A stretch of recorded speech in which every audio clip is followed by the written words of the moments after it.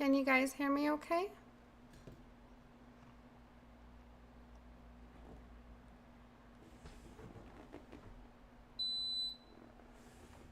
I am trying to raise the volume of my stream because I know my videos, once they're uploaded, are very low volume, which is a really hard balancing game for me because it's a lot of noise around me. I live right beside a very busy road, so it's really hard to uh, remove that sound without lowering my volume significantly with OBS, and I don't want the mic right in my mouth. It's just really, I don't want to feature every single snap and crackle. It's just really hard figuring out a middle ground because I'm not an audio expert. Um, just trying to get this lesson going. So let me know if you guys can see and hear me okay so that we can get started. Again, I do not delete my streams. I leave them up unlike I did with the other channel. And usually I give it 5 or 10 minutes to wait for everyone to hop on because it's a live class. I like hosting live classes. And it's usually I play music while I'm waiting for everyone to come in. So I know that notifications are going out right now, hopefully.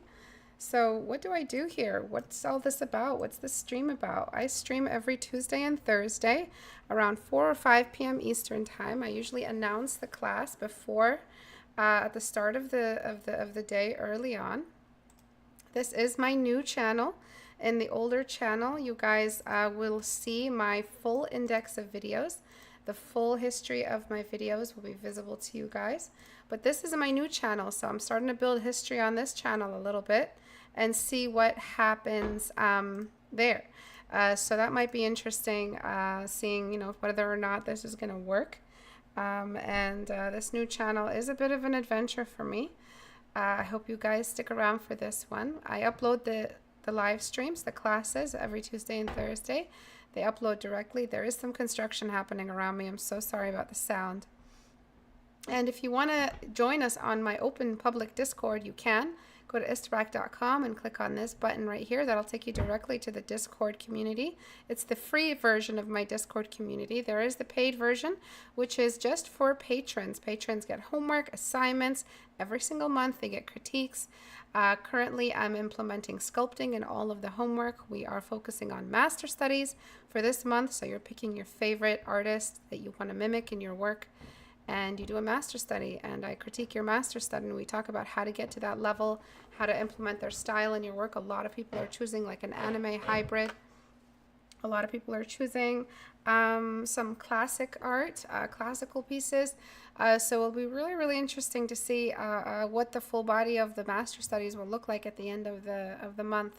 It's always really, really so much fun for me because of the value of homework, like the actual work they put in, but also the variety and the diversity of the skill levels in my patron group. We come from all kinds of backgrounds in this group, so it's really no skill minimum.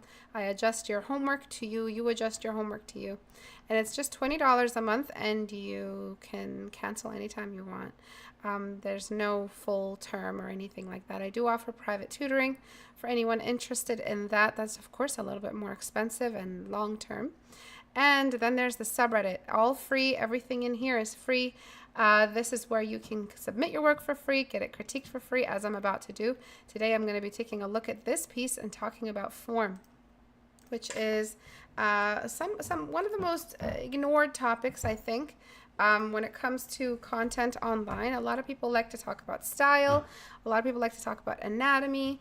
A lot of people like to talk about specific anatomy, like eye studies, all these different things that make a painting look pretty. But nobody really wants to talk about core shadows as much.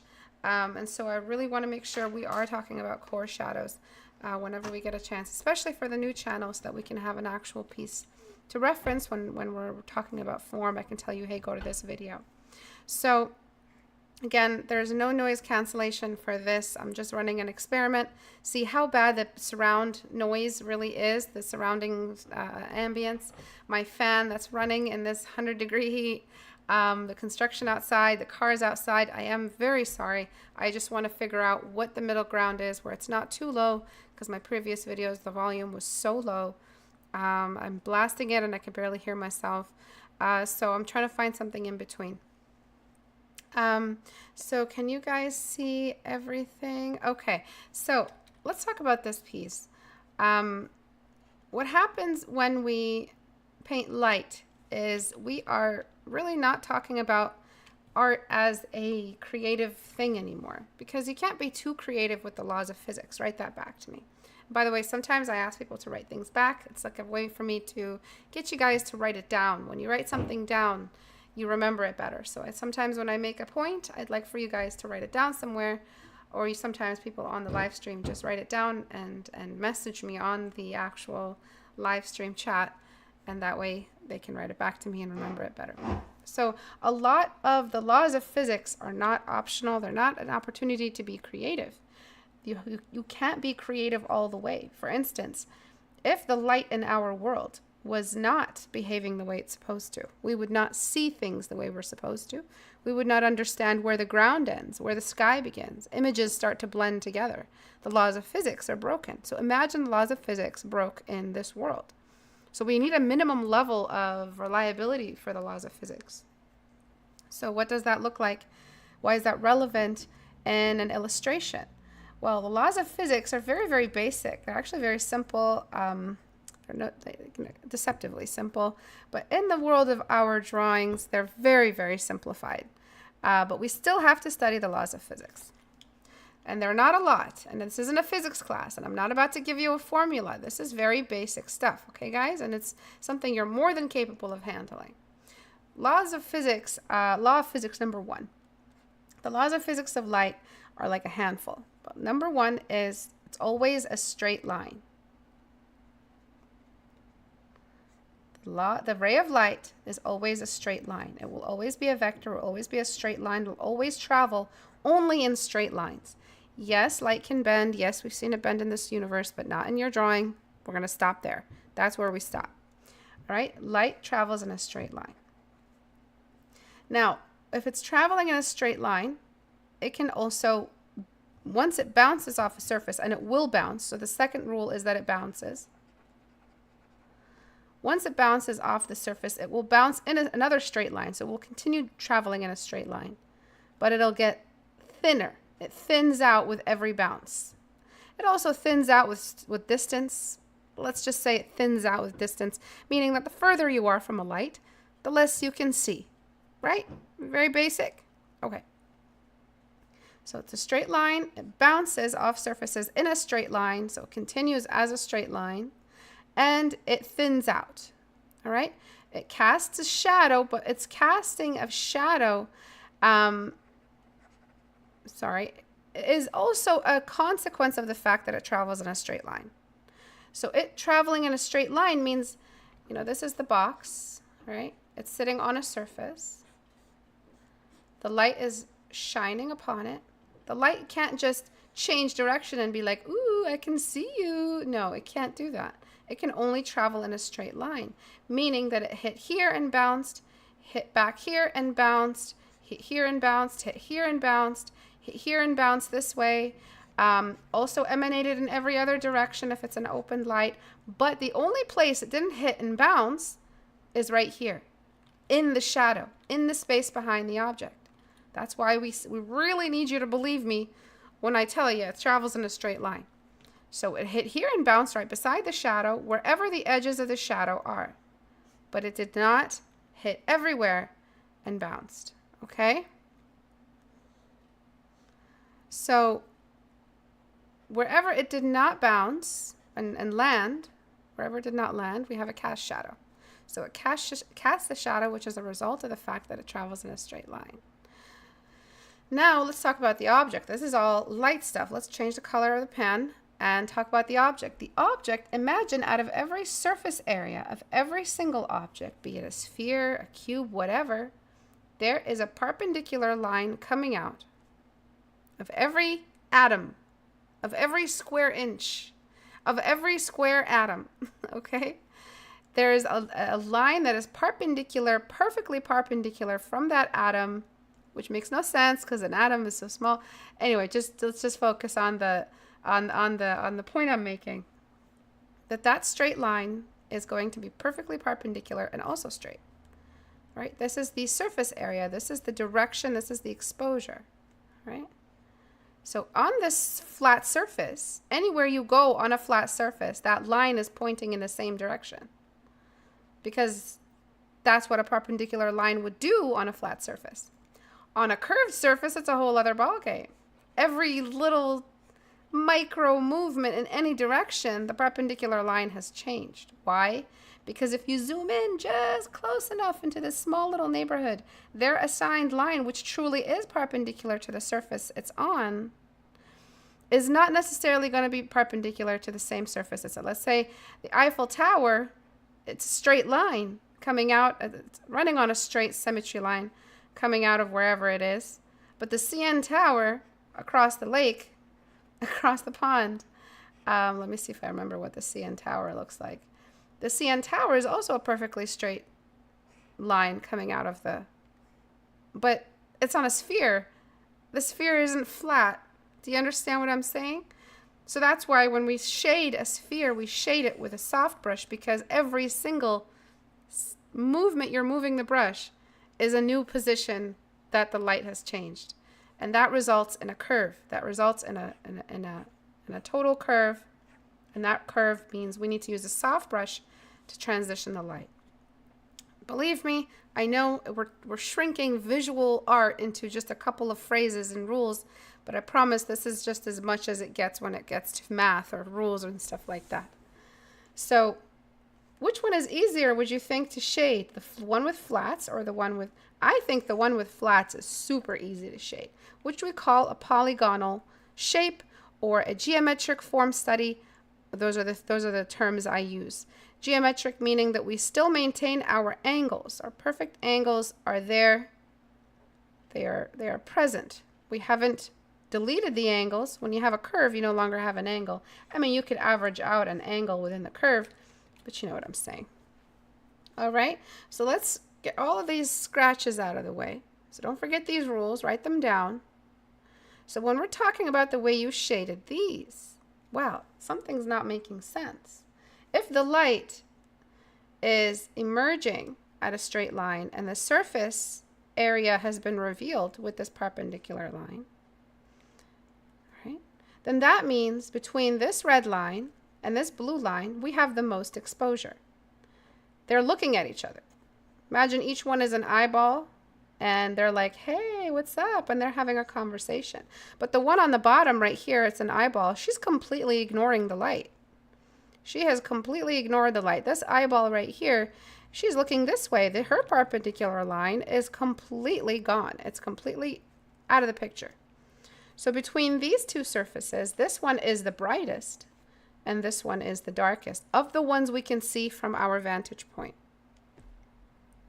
Okay, so what does that mean? That means that the way you shaded this makes no sense. We have light on the dark area. We have dark on the light area.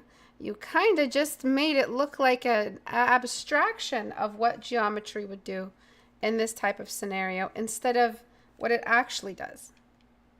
Okay, so let's make it do what it actually does. If you make it do what's actually doing, you paint realistically, your skill goes up, you get more likes, and that's it. That's the formula. That's the point of me teaching this today, is that you're going to get more likes because your work's going to look more realistic. It's going to be a mix of whatever it is you're going for, and it's going to look nice. So let's select only this cube. So select inverse, only this shape. Let's make it make sense. So if every surface here has a perpendicular line coming out of it, let's recap real quick. If every single one of these surfaces has a straight line emerging, every last one, and this is what's going on in your head. Hey, Isabrak, what should I think about when I'm shading? This. You're seeing lines everywhere, and they're all perpendicular to the surface they're emerging from.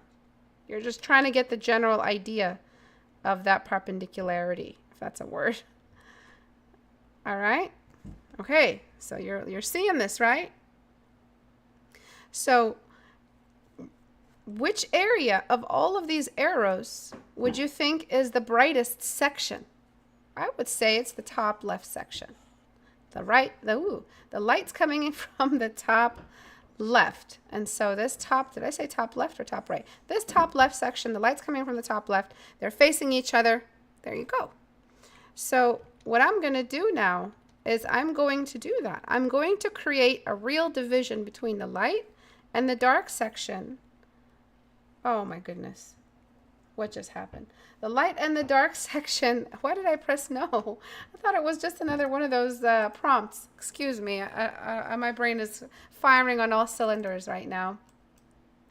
The light and the top section of this object here. Freaking Twilight Zone, man. I swear to God. Today has been just whack-a-doodle. I have been all over the place. The construction outside, the everything that's happening. Let me just get that. So remember those arrows, right? Let's think about those arrows. So we're going to decide which areas are going to be dark and which areas are going to be light. When I am shading a dark surface of a geometric shape, I usually use a blocking brush. So what I'm going to do is I'm going to use a blocking brush to cover everything that is not that far side. Already something is making sense. Do you see that? So here I am, darkening everything. All right. So now obviously not everything is going to be super dark in this scene. There's going to be areas that are exposed to light. So I would say this and this may get this similar light, but we have this little wing here, which is throwing things off a little bit. For you, I would get rid of this wing. What's happening is that you're sharing the surface of all of these objects. So before I do that, let me just select this object out of its background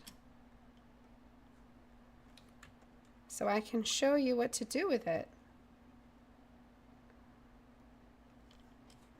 Okay, so we are looking at this surface area and this surface area, this object and this object share the same line. Do you see that? So if you're going to do geometric studies, what needs to happen is you need to know that the edge, the outside, is the parameter, like the contour of the parameters. So instead of doing that, why not make a break in the shape? Do you see that? So we're making a break in the shape right here. Because now those two surfaces are no longer sharing an edge. If they're sharing an edge, you're going to throw off your perpendicular lines.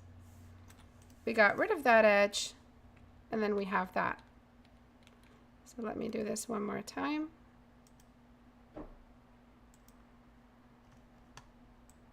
I don't know why it changed the brush again. That was weird. All right, so we're getting rid of that connection. This straight line goes on, and it has two surfaces? No. If they share the straight line, they are the same surface. Write that back. Another way you kind of confused yourself and created like a super shape is by, or like an anti-physics shape, or you broke the laws of physics with the shape, or you created a visual illusion, is by throwing an extra extension of that line that runs this way instead of just letting it cut off. So now you have a more complete shape. It does act funny in certain areas, but these surfaces are making a little bit more sense. Do you see what I mean? So now if we go back and darken just like I did, we can understand where all these perpendicular lines are coming from. Okay, so we have all, well, I'm going to keep your texture. It looks nice, but I want to show you that some of the surfaces that you have here don't make much sense at all. So I'm going to lighten some of these splotches you have. I'm going to try to keep the texture just enough. But you really should not be texturizing with this form study, or trying to be too textured with it. You can use a textured brush. It'll result in a generally textured look, but it won't be so much that it'll throw off your values. So this value right here of this surface, I feel like could be a little bit lighter, something there. This surface and this surface almost have an identical perpendicular line. They almost look at the light on almost the same degree. So we're going to give them a similar value. Okay? This one is completely looking away from the light. So we're going to give it a value that is not quite as dark as that, but near to it. Remember those perpendicular lines. Are you noticing something? The object is getting more and more three-dimensional. This surface right here, it doesn't need that full black splotch. So I'm going to lighten it just a little bit for the theory. We're studying theory right now. We don't want to throw everything off. And then this surface, I don't want it to be too close to this one because I know this one is exposed. This one is not. It still can be brighter than its surrounding sibling shapes or surfaces, but it doesn't need to be as bright. And then this one right here, get rid of that splotch. This surface and this surface have almost identical perpendicular lines. Sorry, blanked. So I'm going to go ahead and make that one lighter. I'm locking the layer. That's why my paint isn't bleeding over the edge. All right. And this one and this one, and this one seem to be facing a similar direction. And so we can give it somewhat of a brighter value, not too bright. So now that we got sort of the quote-unquote math right, we can create a more average look. So this surface right here, let me see if I can get a better lasso, isn't quite as high as this object, the one at the top. So I can darken it a little bit. This one and this one are looking a little bit too similar to each other. So I want to create a separation.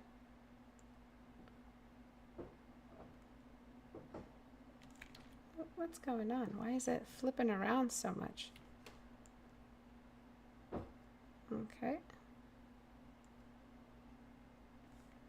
Oops. And so I'm just brightening this one a little bit more. And then we're going to have a need to continue and strengthen the shadowed side. So with a large brush that brushes over everything, I am darkening the darker side, making sure that there's a real separation between the two. And that's how you're supposed to think about lighting in general. That's how you're supposed to think about it altogether. Or you can argue that this surface right here could be darker than the surrounding surfaces. There's a lot of room for interpretation when it comes to these angled surfaces. This could look realistic. You could also give it a slight gradient. Just a slight one. Just to show that the light that's coming from above, because we're technically looking at the shadow side. We're on the darker side of the object. We're not on the side that is getting the most light. Okay, so there's a lot of different ways you can answer these riddles, and that's what rendering is. Rendering is problem solving, right? Write that back. And so when you're solving the problem of your sketch, whatever it is, a character design, a portrait, this is technically what you're doing. You're problem solving the lighting, the direction of the light, the angle of the light, all of these things. That's what you're doing. You're problem solving. So rendering is problem solving. That's exactly what it is. It's what I'm doing in front of you. When I'm done with everything, what I do is I kind of go back, make sure the physics of everything makes sense.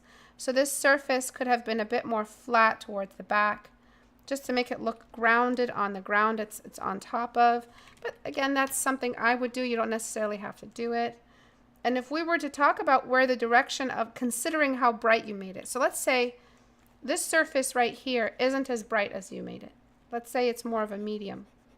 This means the light isn't that strong. It's definitely chilling on top of this area, but we're not looking at the darker side. So that means that we can make the shadow travel this way.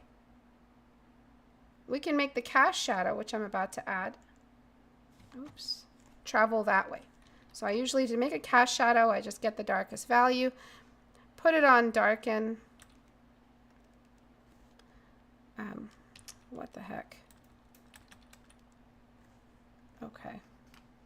My brush, my tablet has gone haywire. I've been struggling with it. And then we filter, blur, Gaussian blur, everything. And that's where that cast shadow would go. We've established that the light is in front of the object. But if we didn't do that, if we kept that object, that surface up there, as bright as you made it, that means that there's some quality of this we're missing, that there's a light shining on the back side of the object, making that object illuminated. And so that means that we might get the cast shadow going this way, because we're on the darker side of the object. Wouldn't make much sense, meaning that we would need to crop off a significant amount of this to show that it's angled towards something back there. The angle that we currently have it on is pointing right at the audience, meaning that the light is over our heads. If the light is over our heads, then we are on the light side of the object, both the front and the back areas. We're looking directly at the object. So you see how extensive the layering of this very basic physics system, how extensive the layering can get. So if the light was right above our heads, we're shining the light right on the object, the cast shadow is traveling behind the object, then we would need to illuminate this area a little bit. This would get more light. So that's why it's a little bit confusing trying to know where you were going with that. And so I think the best solution is to just get rid of that excessive highlight you have on that top piece, just to make it make sense sooner than later. And just remembering that the light is traveling from the top left a little bit. So let's talk about background value. Background value is really important to factor in, because when you're deciding on these values, one day it's not going to be a basic shape. One day it's going to be a portrait, a character with armor, a character with wings, a character with, you're going to have to decide what value is the starting midpoint for that character. What's the midtone? So, and when you're picking your background value is when you're picking your midtone. Write that back to me. Picking your midtone and the background value happen in the same breath. So I don't think that happened with this piece, which is why the background and the object are not quite harmonious with each other. The object doesn't feel as three-dimensional as it could feel.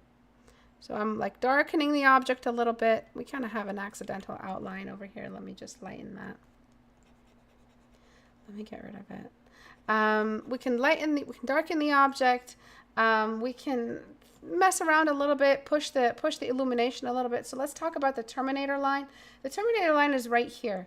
This is the terminator line, meaning the line where we really don't have any more shadow anymore. This is the terminator line. Everything past that line can be bright, and everything past that line can be dark. You have to find that for every object you render. Let me use a color dodge instead. Oops, that's too much. So every object you render, no matter what it is, has this line. Every single object you're ever going to render. So I'm really exaggerating it here, and then we can throw in a little bit extra highlight there. And me adjusting the midtone this much means that the background has to be adjusted to make sense. See how high these objects' highlights went. Something's feeding this.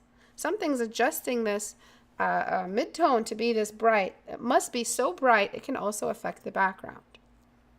Okay? So when you're picking your midtone and you're picking your background value, you're picking them all at the same time. That's really what's going on here, is that it feels like they're not quite the same.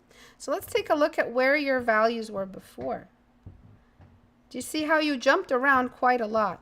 You had highlights as highlighted as the area exposed to the light on the dark side past that terminator line. Your edges weren't quite cohesive. The edges and the vertices did not make sense. So wherever we have a surface change, we have an edge. All right, let's get a piece of paper, flat piece of paper, innocent, God-fearing piece of paper, hasn't broken any rules yet. Suddenly that piece of paper wants to change direction, but only on part of it. Part of it wants to change direction. Okay, so now we have a fold on the piece of paper. We have a straight line coming out of this that's no longer the same straight line on both sides. Now we have a straight line pointing in a completely different direction. This means that this one can see, if it had an eyeball, it can see very different than this one. These two eyeballs see very different things. So what happened during that fold? If we look closely, if we put our science goggles on, we can see it wasn't just a change in the surface area. This dude appeared, the super dude, the edge, the thing that makes you draw better, the thing that helps you shed the line so you're not always thinking about this line haunting your dreams, making you, now the paper is a deviant. The paper is now a deviant, yes. This line is replaced with an edge. I know I'm drawing a line right now, ironically, but eventually you'll render like this. You won't need a line anymore. You have edges. There's no lines here. There's just edges. So, excuse me. So right here, this area, this little point was created. Okay? This little corner. See that? Look at it. A little corner was created. It wasn't just an edge. There was a corner. So we have, in your version, do you see what's happening? We have an edge with no corner. A corner can be internal or external. So right here, we never had a corner. That's why it made no sense. The paper folded, but there was no corner. Do you understand how physically impossible that is? Not impossible. You can adjust the camera so that everything is aligning perfectly. There's actually photographers who dedicate their life to adjusting the camera so angles are skewed, but zero photo editing happened. They're just skewing the perspective, which is really cool. But that's why this made no sense. And that's why here you have this flange. You have this little wing attached. But it really makes no sense. There's no thickness to it. There's no breadth. There's no size to it. Maybe if it was a cube that was attached, in its own way, that would make sense. So you also have to beware when you are using polygonal lasso tool to create your randomized shape and you're trying to make sense of it later with your blocking brush. So I'm using my number 2 blocking brush. Really, it's you have to use a blocking brush when you're doing these form studies. And I'm starting to make sense of these shapes. I'm deciding the light's coming in from the side. So this is going to be my terminator. This is going to be generally where the light can't reach. And then I'm just starting to clean up these surfaces, make sure I have, wherever I have a vertice, meaning an angle, a sharp point, wherever I have an arrowhead, I have an edge. And if it's on the bottom, well, that's the edge against the background. All right, and then I'm making sure that these objects all over here are making sense. I'm making sure that this, I'm not making it more complicated than it needs to be. These shapes are all pretty basic. So an advanced form study is just a combination of a lot of really basic form studies, okay? So let's say that this weird shape over here turned inward. I would need to go back and adjust my creation so that I can make sense of that inward change. Okay, maybe even keep that but make like a little enclosure, just like that. Okay, and so then you make more sense of this. So this means that this goes in, I have an overlap, maybe I have a cutoff, and look at what you're doing. Look at what happens while you're doing all this. You are thinking, you are problem solving, you are thinking about light on an object. Someone watching this is probably like, what's the point? Like, you're just doing all this, but what's the point? The point is you're rendering. You're rendering with zero creative pressure.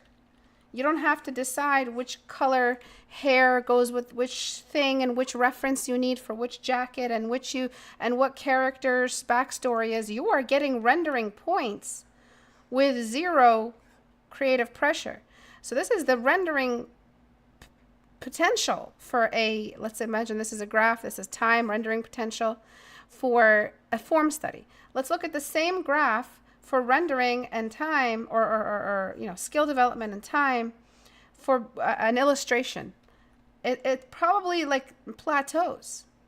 What you actually end up learning is very slow because you're constantly getting interrupted by looking for references, looking for this, stopping that. Maybe you'll even go back. Maybe no such thing. You can't lose skill. But that's what I'm trying to say, is that there's no decision making. All you're getting is free, absolute free mind, like raw state gold of skill developing.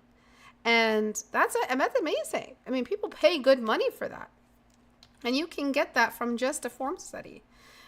So that's the point about doing form studies. Like, why are they so important? What's the big deal? A lot of people are talking about them. Why are they so valuable as a study unit? Because they're not creative.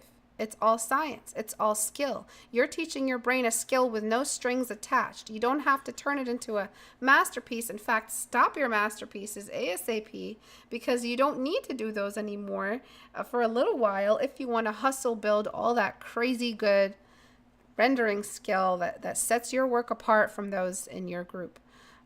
You do that by addressing the rules of light, the fundamentals of light, knowing how to sustain a coarse shadow. And all of this still applies if the object is a sphere. It's all exactly the same. So let's say we have a blob. God damn you, Photoshop. Let's say we have a blob, right? Let me get a little blobby shape. And when you paint blobs for form studies, you have to use a soft brush. I mean, you can use a hard brush, but it's just going to make your life harder. So let's start with our midtone. My midtone, I'm picking it according to the background value. So I picked an okay midtone. I'm using my soft brush, low opacity. I'll talk about radial shading another class. It's a lot to fill in into one small class. But all of this, look at what I'm doing. Look at what I'm doing very carefully. I'm learning how to render an arm right now, an elbow, and a cheekbone, a rock, a cloud. All of these things are being studied simultaneously while studying a sphere.